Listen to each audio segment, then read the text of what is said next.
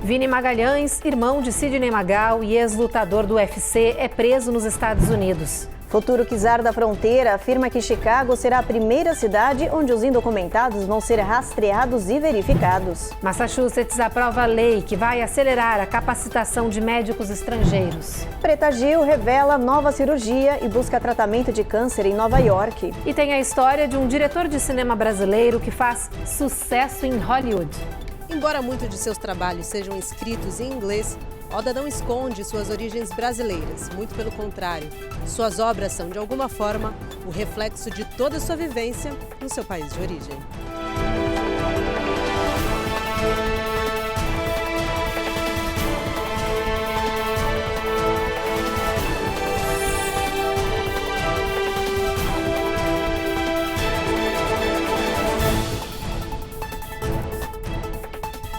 Olá, boa noite. Boa noite.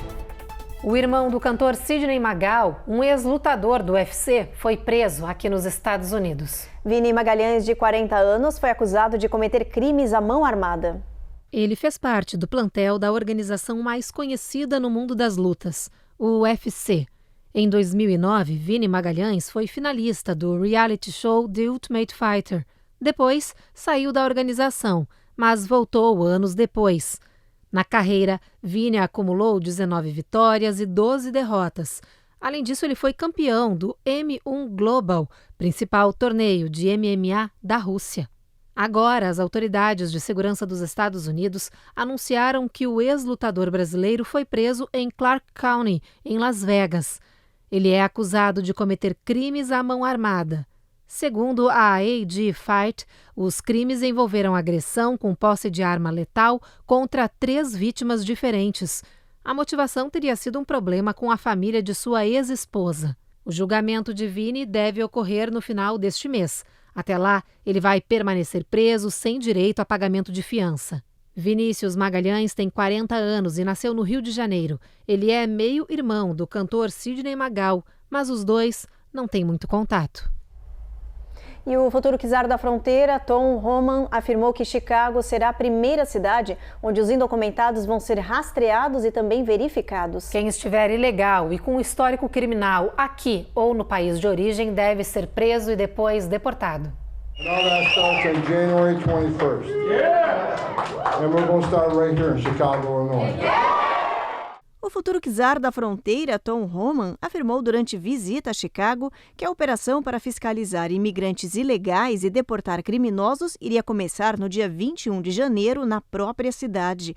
O governador democrata de Illinois, J.B. Pritzker, disse que vai colaborar na busca por indocumentados que são perigosos para a sociedade, mas deixou claro que aqueles que são trabalhadores vão poder permanecer sem medo. Apesar de Chicago ser considerado uma cidade santuário, as autoridades não vão poder impedir a ação dos agentes federais de imigração. Membros da Coalizão de Illinois pelos Direitos de Imigrantes e Refugiados, conhecido pela sigla ICIRR, prometeu agir e bloquear as ações federais. Atualmente, 1.400.000 indocumentados que têm ordem de deportação dos Estados Unidos não estão sob custódia do ICE, a Polícia de Imigração. A operação do futuro czar prometeu ajudar a encontrar essas pessoas e também mandar embora todos os indocumentados que fugiram de seus países de origem, são violentos, têm passagem pela polícia e que estão escondidos aqui nos Estados Unidos. Massachusetts aprovou uma lei inovadora que vai abrir caminho para imigrantes qualificados no setor de saúde. Os médicos formados no exterior terão um processo de capacitação acelerado e, enquanto isso, vão receber uma licença para atuar em centros e hospitais federais. A nova lei determina que os médicos estrangeiros atuem durante 3 anos em determinadas unidades de saúde, localizadas em 130 cidades, vilas e comunidades carentes de profissionais de saúde. Só depois disso, os imigrantes médicos vão poder tirar a licença completa para atuar em Massachusetts. A ideia é que a medida alivie a escassez de profissionais do setor da saúde no estado. Apesar de Massachusetts ter uma das maiores proporções de médicos para a população, a distribuição de profissionais não é uniforme. Só para se ter uma ideia, em Suffolk existem cerca de 670 pacientes para cada médico do condado. Em Plymouth é ainda pior, são 1.600 pacientes por especialista. Em Bristol chega a quase 2.000 o número de pacientes para cada médico. Massachusetts tem hoje 22% dos médicos treinados no exterior e 18% de imigrantes e enfermeiros desempregados. Com a nova regra, essa força trabalhista vai poder atuar no estado e reforçar a assistência médica à população. Em 2023, o estado se tornou o primeiro a suspender o requisito de treinamento para residência para médicos treinados no exterior. Agora, com a nova medida, Massachusetts vai se juntar a outros 9 estados do país que promulgaram legislações semelhantes. A aprovação dessa lei recentemente aqui em Massachusetts, ela é de extrema importância para os médicos imigrantes que aqui vivem, porque pela primeira vez, depois de tantas negociações, tanto tempo, vai ser possível, mesmo de uma maneira um pouco mais limitada e assistida, que eles utilizem de todas as suas habilidades e também expertises para promover o cuidado das comunidades aqui locais. Além disso, a aprovação dessa lei marca um passo muito importante para garantir uma maior equidade no acesso à saúde em todo o estado. No próximo bloco, Preta Gil revela nova cirurgia e busca tratamento de câncer em Nova York. E plataforma de inteligência artificial é processada no Texas após aconselhar jovens a matar os pais por limite de uso de telas.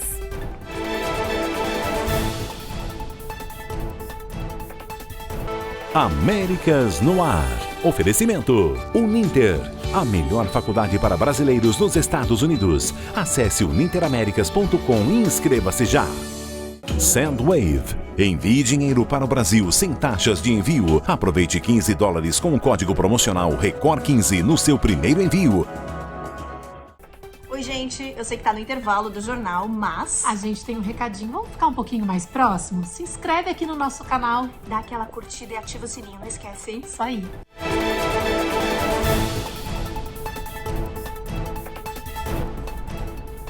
A cantora e produtora brasileira Preta Gil enfrenta uma longa e dura batalha contra um câncer e anunciou agora que vai dar mais um passo em busca da cura. Ela vai dar esse passo aqui nos Estados Unidos. A Preta está em Nova York, onde vai fazer uma nova cirurgia no domingo. A Carolina Camargo tem as informações. Foi com um vídeo na rede social que Preta Gil contou para os seguidores o que veio fazer aqui em Nova York. Eu vim ter uma consulta com uma médica, oncologista, especialista no tipo de tumores que eu tenho, a pedido dos meus médicos no Brasil, para que a gente ouvisse uma segunda opinião. A cantora explicou que buscava alternativas e tratamentos para o câncer e queria passar por uma nova cirurgia neste domingo, dia 15, no Brasil. É uma cirurgia para retirada dos tumores, mas a gente sabe que existe a possibilidade real de que eu faça quimioterapia depois. E a quimioterapia que eu fiz aqui lá no Brasil, ela não foi tão eficaz como os médicos esperavam e eu também. Então a gente tem que buscar alternativas em países diferentes, com tipo de estudos diferentes, ensaios diferentes, ainda não publicados ou publicados, drogas que ainda não chegaram ao Brasil. Ontem, ela publicou uma foto na entrada do Memorial Sloan Kettering Cancer Center, hospital especializado na doença, localizado em Manhattan. Espero que eu tenha boas notícias, que ela possa me dar esperança de que eu possa me tratar aqui depois da cirurgia. No ano passado, Preta Gil descobriu um câncer de intestino. Foram meses de tratamento. A cantora foi dada como curada pelos médicos e liberada para voltar à sua rotina. Em agosto deste ano, ela foi fazer um check-up e descobriu que o câncer havia voltado em 4 lugares diferentes. Ele voltou em 4 lugares diferentes. Eu tenho 2 linfonodos, eu tenho uma metástase que fica no peritônio e eu tenho um nódulo, uma lesão na ureter. Eu vim aqui para o Hospital Sírio-Libanês fazer meus exames de rotina quando fomos, todos nós, eu, os médicos, família, amigos, surpreendidos por esse novo diagnóstico. É mais comum do que a gente imagina, mas é sempre um grande susto. No mesmo dia, no mesmo momento, a gente começou o tratamento. A oncologia, muitas vezes a gente se depara com situações onde a gente precisa de novas opções terapêuticas. E toda opção terapêutica se desenvolve através de estudos clínicos, que compreende até uma fase pré-clínica, onde a gente testa no laboratório essas novas opções. À medida que as drogas são promissoras, que obtêm bons resultados de eficácia, a gente segue então para teste em humanos. O teste de fase 1 é quando a gente pega poucos indivíduos e testa doses diferentes para saber qual é a dose eficaz e que não é tóxica para o indivíduo. A fase 2, onde a gente vai fazer então um teste num grupo maior de indivíduos, que a gente quer saber o quanto que ela faz com que o tumor regrida ou fique sob controle. E aí a gente vê a grande promessa desses medicamentos novos. Então, uma vez que a fase 2 também foi positiva, a gente segue para a fase 3, que é um estudo de comparação entre uma opção tradicional e uma nova opção terapêutica. A gente sabe que aqui no Brasil, nos últimos anos, a gente desenvolveu muitas novas opções de estudos clínicos, porque hoje temos muito mais centros de estudos espalhados pelo Brasil. E a coisa de uma década, 15 anos atrás, eram muito menos essas opções. No entanto, lá fora, nos Estados Unidos, Europa, Canadá, Japão, China, a gente tem uma quantidade de centros de estudos muito maiores, até porque as indústrias farmacêuticas têm sede fora do nosso país. Então isso faz com que a possibilidade de participar de estudos promissores seja muito maior. Mais de 17 milhões de informações e registros médicos de pacientes de uma rede médica da Califórnia foram roubados por hackers. Os criminosos bloquearam os acessos a vídeos, ligações e atendimentos online emergenciais. A polícia abriu uma investigação. O ataque dos hackers paralisou os serviços em hospitais da rede PIT Health em Downey, Wheeler e Los Angeles. Segundo as autoridades, os criminosos cibernéticos roubaram 17 milhões de informações de pacientes, que incluem dados médicos, pessoais, contas bancárias e até números de Social Security. Os hackers estão cobrando um resgate milionário para liberar o sistema da rede hospitalar e não vender os dados na chamada Dark Web. A polícia ainda não identificou quem são os responsáveis pelo ataque. Os hospitais informaram que estão atendendo normalmente de forma presencial. Apenas o sistema online está bloqueado. A polícia está investigando o caso. Por enquanto, nenhum resgate foi pago. As autoridades estão alertando as pessoas com dados na rede hospitalar para checar suas contas bancárias e o seu Social Security. No Texas, 2 famílias abriram um processo contra a Character AI, alegando que esse chatbot representa um perigo aos jovens. É que esse software, baseado em inteligência artificial, capaz de criar personagens e manter uma conversa em tempo real, por voz ou texto, induziu 2 crianças a cometer o assassinato dos pais. O programa escreveu aos jovens de 11 e 17 anos que cometer esse crime seria razoável caso os pais limitassem o tempo de tela. A mesma empresa já enfrenta na justiça um processo relacionado ao suicídio de um adolescente na Flórida. Agora, os autores do novo caso querem que a justiça feche a plataforma definitivamente. Eles alegam que ela representa um perigo imenso aos menores de idade ao promover a ativa violência. A plataforma alvo da justiça foi criada por ex-engenheiros do Google. A seguir, estudantes brasileiros na Flórida Central podem ter acesso gratuito à mentoria educacional. E a gente explica por que esses populares copos reutilizáveis estão no recall em todo o país.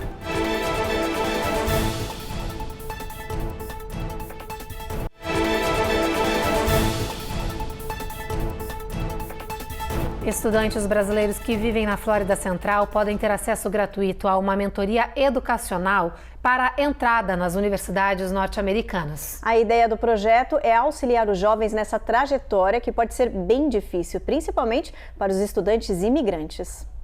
A falta de conhecimento do complexo sistema de educação inviabiliza o ingresso de muitos estudantes nas universidades norte-americanas. Para os estrangeiros, a realidade é ainda pior. Famílias que não dominam o inglês perdem ainda mais oportunidades. Isso porque os incentivos estaduais e das próprias universidades estabelecem prazos para que os alunos se inscrevam nas opções de bolsas de estudo. As escolas de ensino médio por aqui até oferecem orientação para os alunos, mas nada tão específico. E no final das contas é cada aluno por si.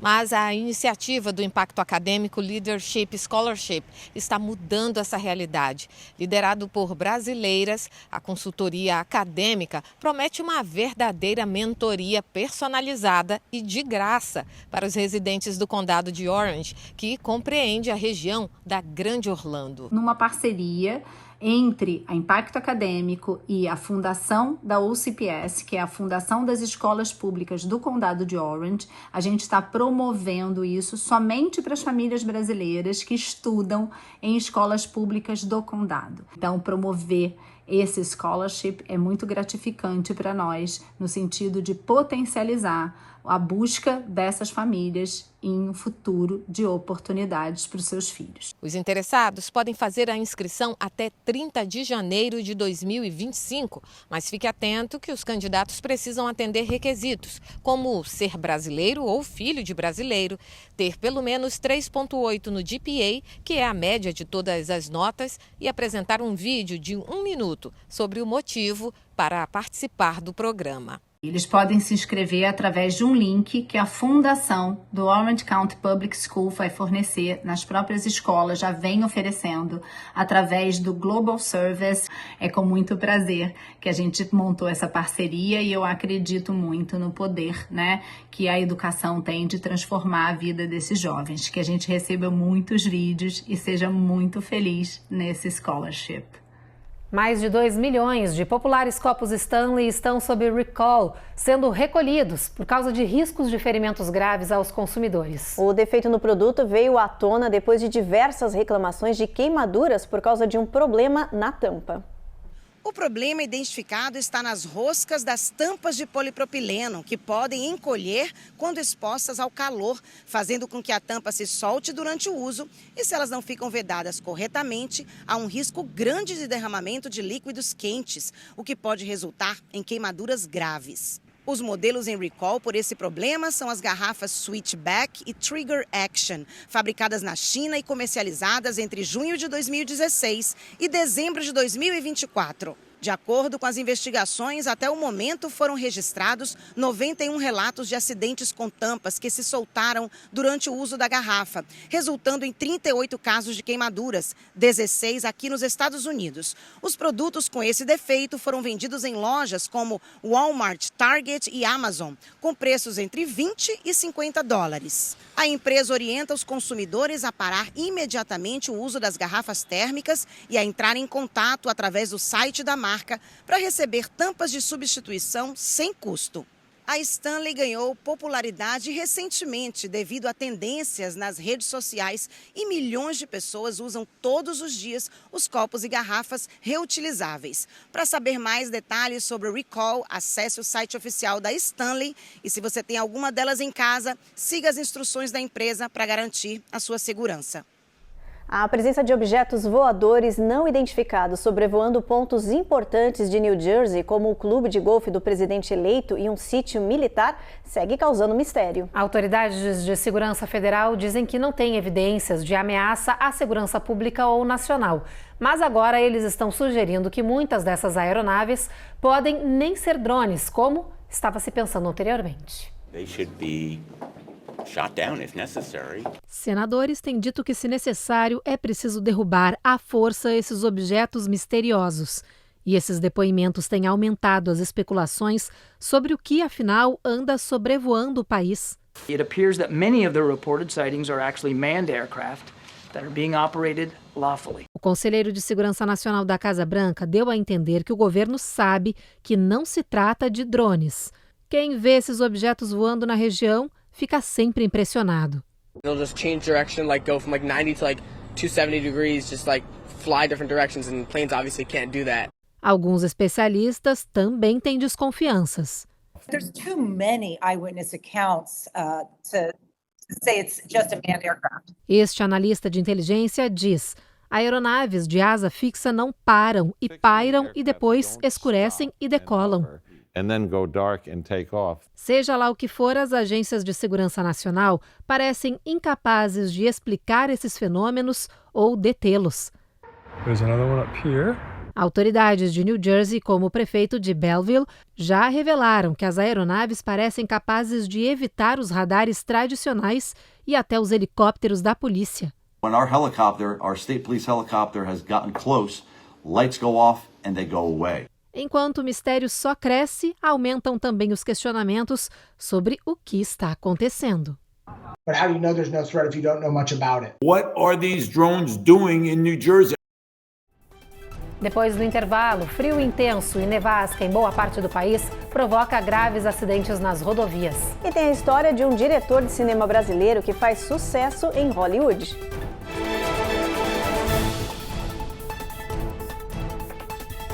Américas no Ar. Oferecimento Uninter, a melhor faculdade para brasileiros nos Estados Unidos. Acesse uninteramericas.com e inscreva-se já. Sandwave. Envie dinheiro para o Brasil sem taxas de envio. Aproveite $15 com o código promocional RECOR15 no seu primeiro envio.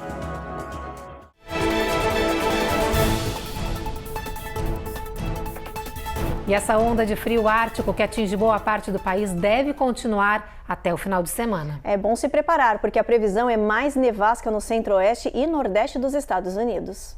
Os meteorologistas disseram que essa nevasca, que atinge parte do país agora, é resultado de uma explosão de ar vinda do Ártico. Em alguns lugares, as temperaturas despencaram 20 graus abaixo de zero. O centro-oeste e nordeste estão vendo neve o suficiente para soterrar carros e casas. No aeroporto internacional de Erie, na Pensilvânia, por exemplo, caiu 47 polegadas de neve. Em Dunkirk, Nova York, foram 83 polegadas. A ordem ainda é não sair de casa, se proteger das baixas temperaturas e não andar nas estradas congeladas, para evitar cenas como estas. No Michigan, um caminhão descontrolado atingiu um carro de emergência que estava parado em uma interestadual. Apesar do impacto impressionante, ninguém ficou ferido. Essas regiões do centro-oeste e nordeste do país ainda estão em estado de emergência. Esse frio ártico vai seguir pelo leste com ventos fortes e gelados até amanhã de sábado. Depois, deve atingir o Atlântico. No domingo, o clima deve começar a melhorar nessas áreas. Vamos para o mapa ver a previsão para o final de semana? A gente começa, como sempre, lá por Boston. Vai ter bastante sol, umas mínimas de 22 graus Fahrenheit. Bastante frio também ao longo de toda a costa leste. Olha só, chegando em Atlanta, o sol nem aparece, mínima de 42. Na Flórida, a previsão é de chuva na faixa de Jacksonville até Miami. Em Tampa, o tempo um pouco mais estável, mas volta a chover em New Orleans e em Houston tem previsão de temporal. Segue esse temporal em Brownsville. Em San Antônio, a gente tem tempo com chuva ao longo do dia, mínima de 66. El Paso, sol entre nuvens, máxima de 66, mínima de 38. Albuquerque, tempo encoberto também, com mínima de 31 graus. Phoenix, olha só, gente, 71 de máxima, 45 de mínima. Los Angeles, sol entre nuvens. Las Vegas, o mesmo cenário. Em São Francisco, a gente tem chuva ao longo do dia, o sol nem dá as caras por lá, mínima de 44 graus, máxima de 60. E um premiado cineasta brasileiro vem se destacando na indústria cinematográfica de Hollywood, ganhando cada vez mais espaço na televisão norte-americana também. Edson Oda está dirigindo agora um seriado para um importante canal de streaming que oferece séries, filmes e documentários. A Eloá Orazen conversou com esse brasileiro de sucesso.